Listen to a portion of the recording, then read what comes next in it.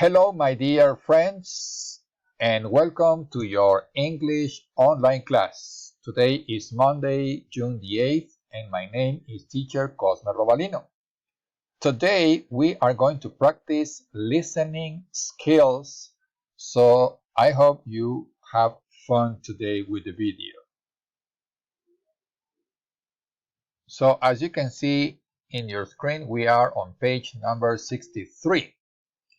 And I'm going to show you the picture to give you a little context of what's going to happen. This is the three pictures that you find in your book that says the boy who invited 2,000 people to his party by mistake. Oh, okay, so let's find out what exactly happened, right? So let's go directly to this exercise over here, the exercise number 4. And here there is some false information or incorrect information. So we're going to listen and then we are going to correct the incorrect information.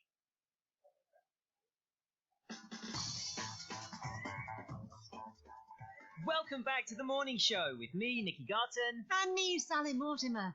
Good morning to those of you joining us for the first time. Now, we have a story that will shock parents everywhere. Yes, indeed. It's the story of Sam Russell, who has just turned 18.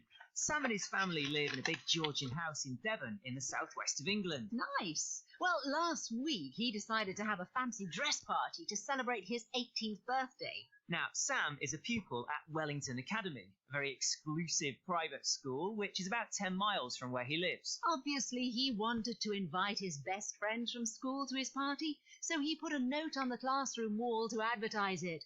The other pupils were very enthusiastic about the party. But one or two of them were a little too enthusiastic. That's for sure. A couple of Sam's classmates advertised the party on some social media sites to let everybody know. So let me get this right. Did the friends write the time and date of the party on their personal page? Apparently so, and the address.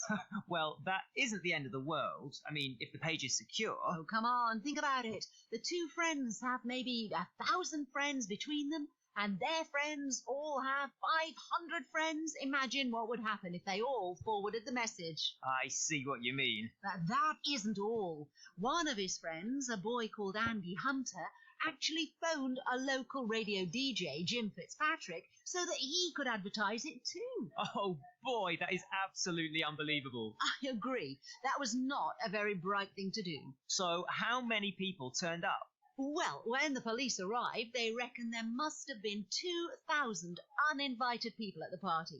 Sam's mother had employed 4 security men so there wouldn't be any trouble. Well, you can imagine how much they could do to stop 2,000 people. Right. The gatecrashers behaved very badly. They damaged furniture, valuable paintings, carpets. They basically trashed the house. They broke windows, doors. They even smashed up the wooden floor. The list goes on and on. They left litter all over the garden and in the neighbours' gardens as well. They painted graffiti in the house and nearly set it on fire. That's terrible. There's absolutely no excuse for that. Apparently, the initial estimate was that the damage cost over £100,000. Oh, I'm speechless.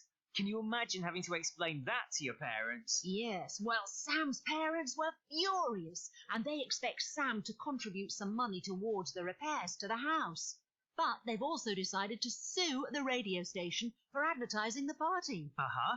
And what happened? Well, the DJ did admit talking about the party, but he said that he didn't give the address of the house, or indeed the date of the party. Well, I guess there's a simple lesson here. If you publish something on the internet, it can be instantly accessed by millions of people. So always think twice and never publish your address online. I second that. Anyway, what have we got coming up, Nikki? Well, we've got an amazing morning. Okay, so let's see what is false. Sam was celebrating his 17th birthday. No, he was celebrating his 18th birthday. He wanted to have a pool party with his friends. No, he wanted to have a fancy dress party with his friends.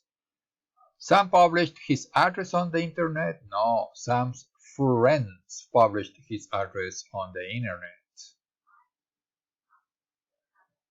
The security guards were able to prevent serious damage to the house? No, there weren't enough security guards to prevent serious damage to the house. 5. The guests smashed up the neighbor's gardens? No, they didn't smash them up, they leathered the neighbor's gardens. They estimated that the damage would cost about $10,000 to repair. No, they estimated that the damage would cost about £100,000 to repair. The DJ admitted that he'd advertised the address and date of the party. No, he said that he didn't mention the date or the address of the party. And number 8, Sam's parents expect Sam to pay for all the repairs himself. No, Sam is expected to pay part of the repairs. Okay, so what happens if I click here, this button? Okay, he was celebrating the 18th, fancy dress, his friends, not enough security, leather in the neighbor's gardens, £100,000. He hadn't mentioned the address or date, and they expect him to pay a contribution towards the cost of repairs. Okay, so that means our answers are totally and absolutely correct. All right, very good. So now let's go to the exercise number 5. Shall we? It says, read the expressions in face-to-face, and drag them to the dialogues, listen and check. Okay, so let's listen and drag them 1. around. So let me get this right. Did the friends write the time and date of the party on their personal page? Apparently so, and the address. 2. One of his friends, a boy called Andy Hunter, actually phoned a local radio DJ, Jim Fitzpatrick, so that he could advertise it too. Oh boy, that is absolutely unbelievable. 3. So always think twice and never publish your address online. I second that. There you go. So if I click on the check button, everything is quite all right. Okay, very good. So let's move on now to the next page, shall we? And in this occasion, we have an article called, "Are You Connected? You May Be in Danger." Okay, so let's listen, and then after we do that, we'll just move on to the exercise number 5, which has to do with expressions and similar meanings. Okay, so are you connected? You may be in danger. Are you connected? You may be in danger. Free Wi-Fi? Watch out. Free Wi-Fi is a very attractive idea, especially in a cafe or other meeting place. But free Wi-Fi without a password means an unsecured network, and that means unwanted predators may be able to access your data. How can they do this? There are 2 ways. 1, they can hack into the cafe's unsecured network, or 2, they can set up their own network, also unsecured, and give it the same name as the cafe. If you join a fake network, you are in deep trouble. If you log on to a site which requires a password, a social media site or a bank, for example, the hacker is in. Within minutes, he or she can get access to all your personal information. This is what happened to journalist Mark Kennedy. When I checked my bank balance online later, I found there was no money in my account. I called my bank to ask what was going on, and they said my account must have been hacked into. It must have happened while I was in the cafe near the office where I work. Getting rid of your computer? Be careful. If you think that pressing the delete button deletes a file completely, think again. It can stay on your hard drive and be retrieved later. When medical student Tom Donovan took his computer to the local recycling centre, his credit card details were still on the hard drive. Thieves stole the computer, and within days they had spent thousands of pounds using his card. I should have taken it to the store where I bought it. Tom said. The people who work there told me they could have wiped the hard drive. It's too late now. He said. There's no use crying over spilt milk. Beware of phony text messages and emails.